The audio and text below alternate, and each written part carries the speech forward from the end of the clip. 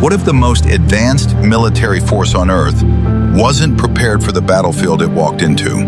Not because it lacked power, not because it lacked technology, but because the rules of the fight had already changed before the first shot was even fired. In one of the world's most dangerous waterways, massive warships worth billions found themselves struggling against something far smaller, faster, and almost impossible to predict. And just when the situation seemed impossible, an aircraft built for an entirely different kind of war stepped in and changed everything. This is the story of how the unexpected became the solution.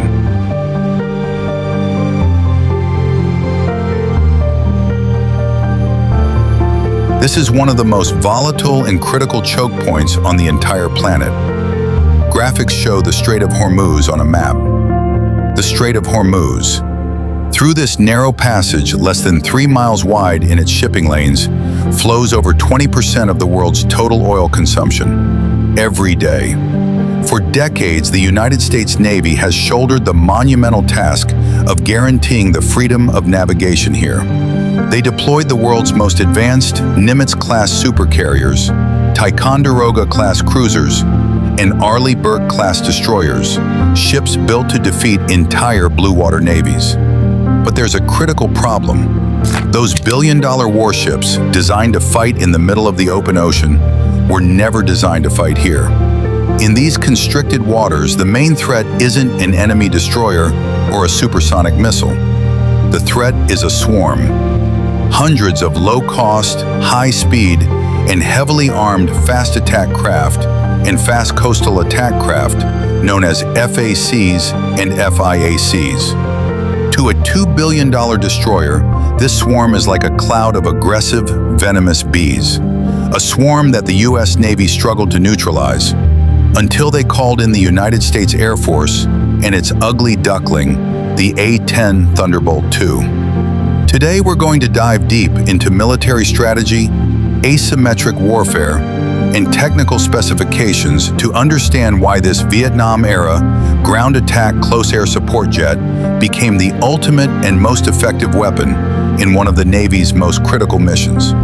This isn't just about a cool plane, it's a fundamental lesson in the evolution of modern conflict. Welcome to the channel.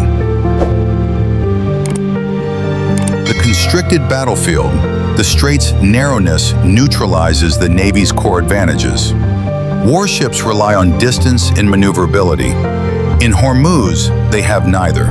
They are forced into a predictable path, operating in what is effectively a tactical alleyway. The swarm concept.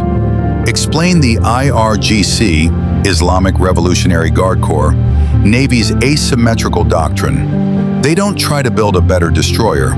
They build hundreds of fast, 20 to 70-foot boats. These boats are armed with everything from heavy machine guns and anti-tank guided missiles, ATGMs, to multiple launch rocket systems, MLRS, and short-range light anti-ship missiles. The target saturation nightmare. This is the core problem for the U.S. Navy. A destroyer like the Arleigh Burke class has world-class defenses, like the Aegis combat system, but it's designed to counter small numbers of high-end threats, like multi-million-dollar supersonic missiles. The IRGC can launch 50, 70, or 100 fast boats at once. Aegis is the wrong tool. The AN/SPY-1 radar is an S-band system, great at tracking things at 100 miles, but it struggles with clutter near the sea surface. A 30-foot boat bouncing on the waves is incredibly difficult to track reliably. Weapons mismatch. The primary anti-ship missile on a U.S. surface ship is the RGM-84 Harpoon. It costs over $1 million per missile. The Navy cannot fire a $1 million Harpoon at a $50,000 speedboat. It's logistically and economically impossible. Even if they did, they only carry a handful. The defensive failure point. While systems like the Phalanx CIWS, the R2D2 gun, are incredibly effective, they only have a range of about 2 miles, and a very limited ammunition capacity. In a 50-boat swarm attack, even if Phalanx destroys 10, the remaining 40 can overwhelm it. This is the heart of the Hormuz dilemma. The Navy is a victim of its own sophistication. An Arleigh Burke-class destroyer is designed to see and kill a high-performance missile traveling at Mach 3 from 50 miles away. But against 50 speedboats, all attacking from different vectors, its multi-billion-dollar brain gets overwhelmed.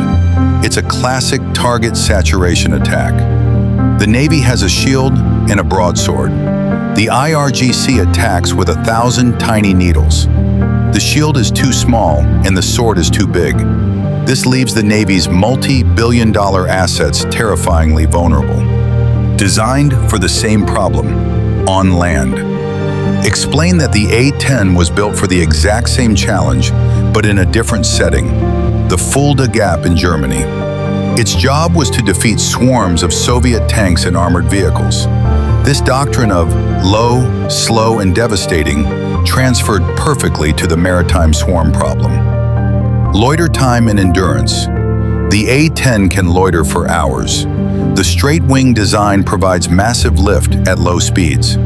Unlike a sleek fighter jet, it is incredibly fuel efficient at the slow speeds needed for a complex, evolving battle.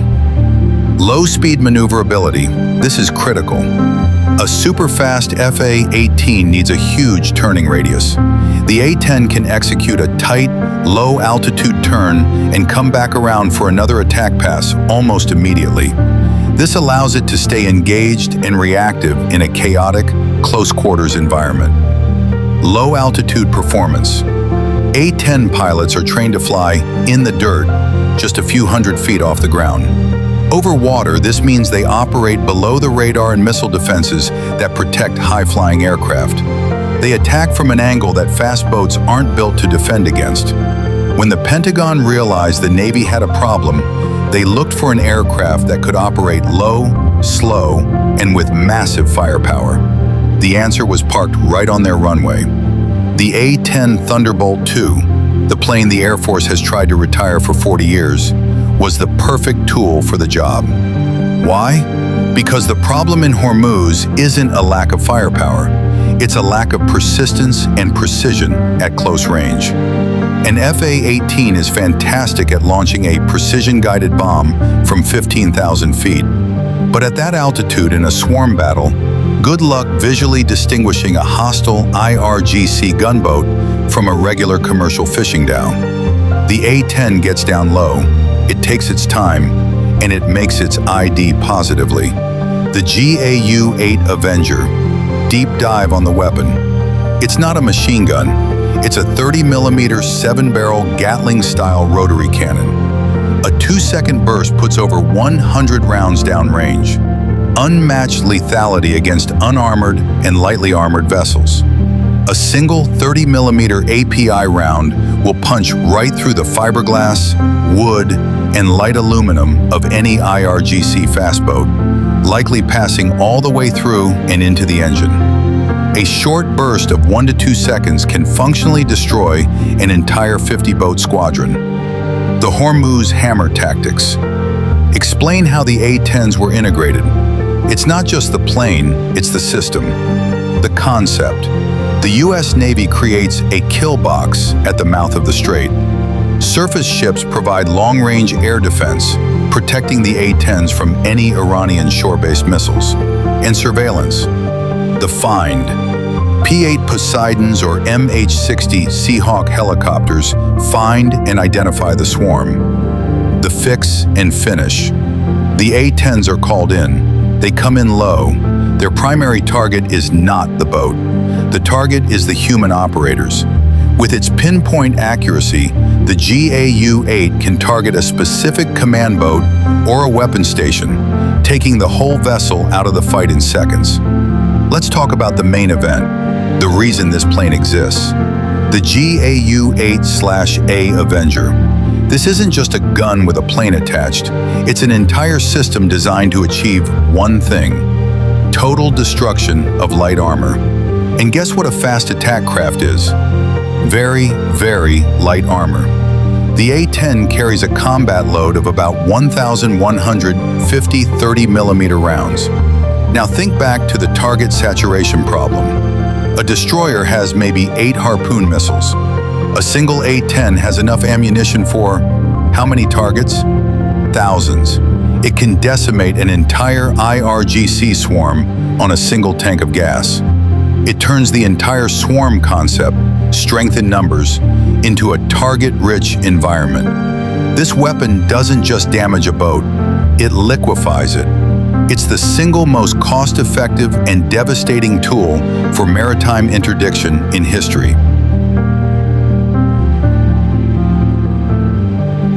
Strategic deterrence. Explain how the A-10's presence changed the game. Before the A-10, IRGC swarms felt they could harass U.S. warships with impunity because the warships wouldn't risk an all-out missile war over a minor skirmish. The A-10 provides a perfect, proportional, and non-escalatory, though devastating, counterforce.